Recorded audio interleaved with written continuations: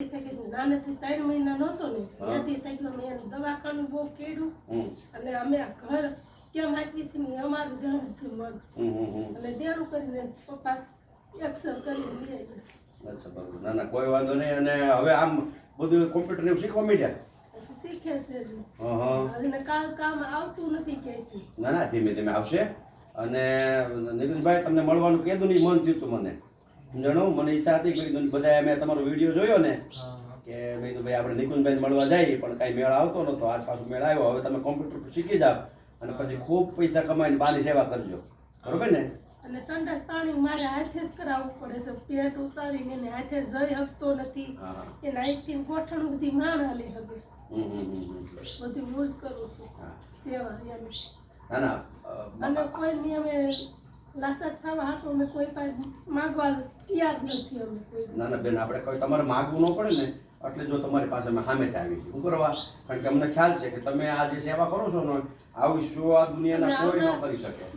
મારા બાન બાપુજી વૈયા ગયા ભાઈ છે એ સુરત છે એ માણેનો આપતા અમે એની પાસે કેમ માગી? તમારે હવે ક્યાંય લાંબો હાથ નહીં કરવો પડે. હું જ્યાં સુધી આ કામ કરું છું ગોઠવું કરું છું અથવા તો સેવાનું કામ કરું છું ત્યાં સુધી 10 મહિના કીટ આવી જાય છે. શું કરવા? કારણ કે આ જેમ તમારો દીકરો છે મારો નાનો ભાઈ છે. હવે ભાઈથી અમે પ્રેમથી તમ તારા મેં મદદ કરશું. શું કરવા? કારણ કે બેન મને તમારી પરિસ્થિતિ મારે જવું હોય ને જો ઉપરનો આવે ને તો મારે લેવા જવું હોય તો હું લઈ શકું એકલી ઉપાડી નહીં શકતો હોય હું માંદી પડી જાઉં સસોડી તો હું હોઈ જાઉં. મને મજાનું મને આ ઉઠાડે નહીં ખબર છે કે મજા નથી તમારે મને નથી ઉઠાડવા. આ 7 વાગે હું ઉઠું. કેટલા વર્ષનો નિકુંજ છે? 25મો હાલે છે. મિત્રો તમે એક માતાની પીડા સમજો.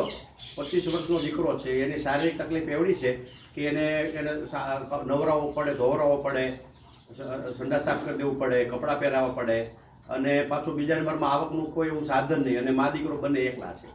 હવે જે ઉંમરે દીકરાએ માની સેવા કરવાની હોય એ ઉંમરે મા એક સેવા કરે છે અને એ પણ ગૌરવ સાથે કુમારી સાથે કરે છે. તો આપણે આ રાશન કીટ દઈ અને કોઈ ઉપકાર કરતા નથી કારણ કે આ રાશન કીટનું એક પૈસોય ન આવે એટલી સેવા માં કરે છે. હું માનું છું ત્યાં સુધી દુનિયાની અંદર સેવાનો જો છેડામાં છેડો હોય દુનિયામાં કોઈ વધારે અઘરામઘરી સેવા કરતી હોય તો આ માને કરું છું.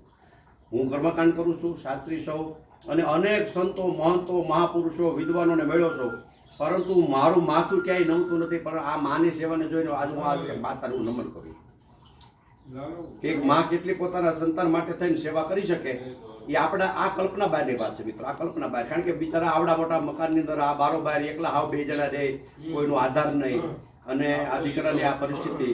તો આ માતૃશક્તિની જે વંદના છે એ ફક્ત ને ફક્ત આપણા દેશમાં છે. તો મિત્રો આપણે બધાએ જો મદદ કરશો, વધારે મદદ કરશો તો મારી એવી ભાવના છે કે આ બેનને જીવનમાં ક્યાંય કોઈ દિવસ કોઈ જગ્યાએ ક્યાંય લાંબો હાથ ન કરવો પડે એવી આપણે વ્યવસ્થા કરશું.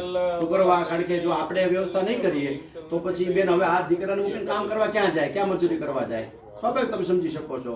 તો અમે તમને કાંઈ માટે લોકો મદદ કરશે એટલે મદદ કરશું. અને તમારો જેટલો દીકરો છે મારો નાનો ભાઈ, બસ તમે કોઈ જાતની એની ટેન્શન કરતા નિકુંજભાઈ. બરોબર ને? રેડી? અને હમણાં કમ્પ્લીટ થઈ જાય પછી લોકોને કામ મળવાનું છે. બરોબર?